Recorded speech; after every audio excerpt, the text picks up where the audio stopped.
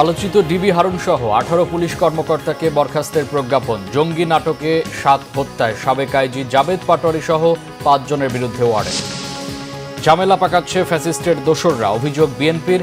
রিজভী বললেন, আওয়ামী লীগের সুবিধাভোগীদের দিয়ে সুষ্ঠু নির্বাচন অসম্ভব। দেখছিলেন ক্রাউন 7 সংবাদ শিরোনাম, এবার বিস্তারিত। কর্মস্থলে উপস্থিত না হওয়ায় পুলিশের 18 কর্মকর্তাকে বরখাস্ত করে প্রজ্ঞাপন জারি করা হয়েছে। ঢাকা মহানগর গোয়েন্দা পুলিশের সাবেক প্রধান মোহাম্মদ হারুন রশিদ সহ 18 কর্মকর্তাকে বরখাস্ত করা হয়েছে। সোমবার রাষ্ট্রীয় মন্ত্রণালয়ের জননিরাপত্তা, স্বরাষ্ট্র মন্ত্রণালয়ের জননিরাপত্তা বিভাগ থেকে সংক্রান্ত প্রজ্ঞাপন জারি করা হয়েছে। বরখাস্ত হওয়া কর্মকর্তাদের মধ্যে 3 জন ডিআইজি, 6 জন অতিরিক্ত ডিআইজি, 4 জন পুলিশ সুপার, 4 জন অতিরিক্ত পুলিশ সুপার এবং 1 জন সহকারী পুলিশ সুপার পদমর্যাদার কর্মকর্তা রয়েছেন। রাষ্ট্রপতির আদেশক্রমে উপসচিব নাসিমুল গনির স্বাক্ষর করা প্রজ্ঞাপনে বলা হয়, 18 জন কর্মকর্তাকে সরকারি কর্মচারী বিধিমালা অনুযায়ী পলায়নের শাস্তিযোগ্য অপরাধে অভিযুক্ত হওয়ায় চাকরি থেকে সাময়িক বরখাস্ত করা হলো। এতে আরও বলা হয়, সাময়িক বরখাস্তকালীন তারা খোরপোশ ভাতা পাবেন। 2016 সালের 8 অক্টোবর গাজীপুরে জঙ্গি নাটক সাজিয়ে 7 জনকে হত্যার অভিযোগে মামলা হলো আন্তর্জাতিক অপরাধ ট্রাইব্যুনালে।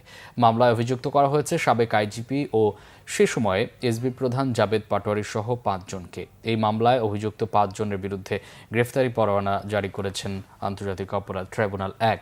এর আগে 2016 সালে গাজীপুরের নোয়াগাঁও পাতারটেক এলাকায় পুলিশের অভিযানে 7 জন নিহত হন। তখন তৎকালীন স্বরাষ্ট্রমন্ত্রী আসাদুজ্জামান খান কামাল ঘটনাস্থলে উপস্থিত হয়ে জানান, নিহত সবাই ছিল জঙ্গি কার্যক্রমের সাথে যুক্ত। তারা 90 জেএমবিকে সংগঠিত করার চেষ্টা করছিল বলেও তখন উল্লেখ করা হয়। এছাড়াও এদিন চানখারপুল মামলার সাক্ষী সুরক্ষার বিষয়ে অগ্রগতি জানাতে ট্রাইব্যুনালে হাজির হন বংশাল থানার ওসি। এ সময় তাকে উদ্দেশ্য করে ট্রাইব্যুনাল বলেন, সাক্ষীকে যারা হুমকি দেবে সবাইকে ধরে আনবেন, কোনো ছাড় দেবেন না। এছাড়া এদিন ট্রাইব্যুনাল 1 এ শেখ হাসিনার বিরুদ্ধে মানবতা বিরোধী অপরাধের মামলায় 5ম দিনের স্বাক্ষর গ্রহণ চলছে। গুম এবং বিচার বহির্ভূত হত্যার অপরাধ, যেটি মানবতা বিরোধী অপরাধেরই একটি অংশ হিসাবে তদন্ত সংস্থা প্রাথমিকভাবে প্রমাণের সত্যতা পেয়েছে।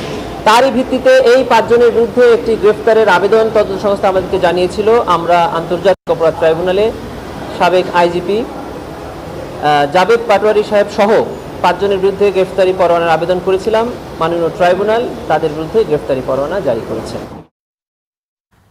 প্রকৃতির প্রতি সদয় হতে সবার প্রতি আহ্বান জানিয়েছেন প্রধান উপদেষ্টা ডক্টর মোহাম্মদ ইউনূস। সোমবার সকালে জাতীয় মৎস্য সপ্তাহের আলোচনা সভায় তিনি এই আহ্বান জানান।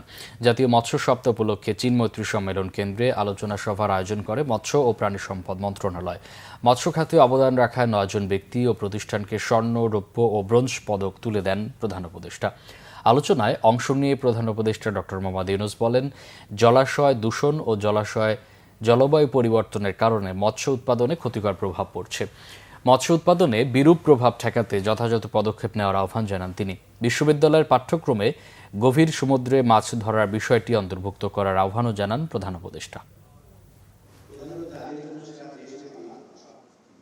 অবৈধ জাল এবং সরঞ্জাম প্রস্তুত ব্যবহার সহ যে কোনো ধরনের বেআইনি কর্মকাণ্ড কঠোরভাবে প্রতিহত করতে হবে।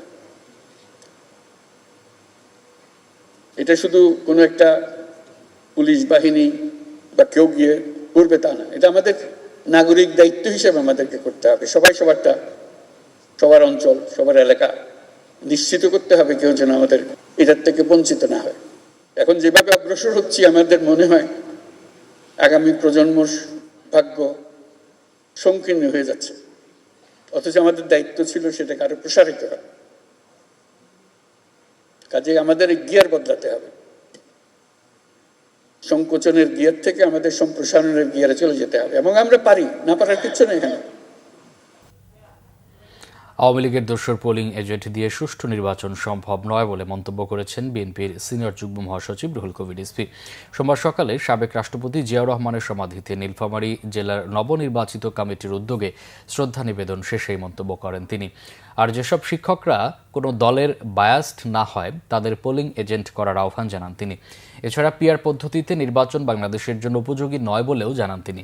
এ সময় ডাকসু নির্বাচনের সাধারণ ছাত্রদের যথাযথ প্রতিনিধিত্ব হোক এমন আশাও প্রকাশ করেন তিনি। নানা কায়দায় দোসররা ঘাপটি মেরে ঝামেলা তৈরি করার অপচেষ্টা করছে বলে অভিযোগ করেন রুহুল কবির রিজভী।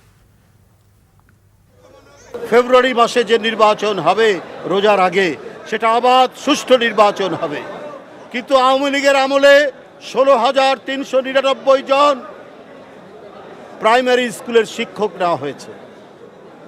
এর মধ্যে 55 থেকে 60% হচ্ছে আওয়ামী লীগের খাস তাদের দলীয় লোকজন।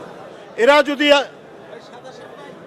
পোলিং এজেন্ট হয়, পোলিং অফিসার হয়, প্রিজাইডিং অফিসার হয়, তাহলে কি অবাধ সুষ্ঠু নির্বাচন হবে?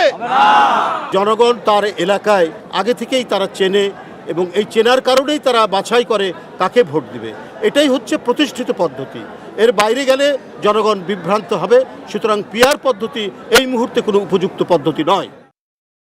চট্টগ্রাম মহানগরীর সিটি গেট এলাকায় পিকআপ ও কাভার্ড ভ্যানের সংঘর্ষে 5 জন নিহত হয়েছেন, আহত আরও 2 জন। ভোর 4:30টার দিকে দুর্ঘটনা ঘটে।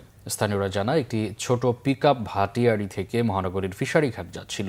সিটি গেট এলাকায় পৌঁছলে পিকআপটি নিয়ন্ত্রণ হারিয়ে রাস্তায় দাঁড়িয়ে থাকা একটি কাভার্ড ভ্যানকে ধাক্কা দেয়।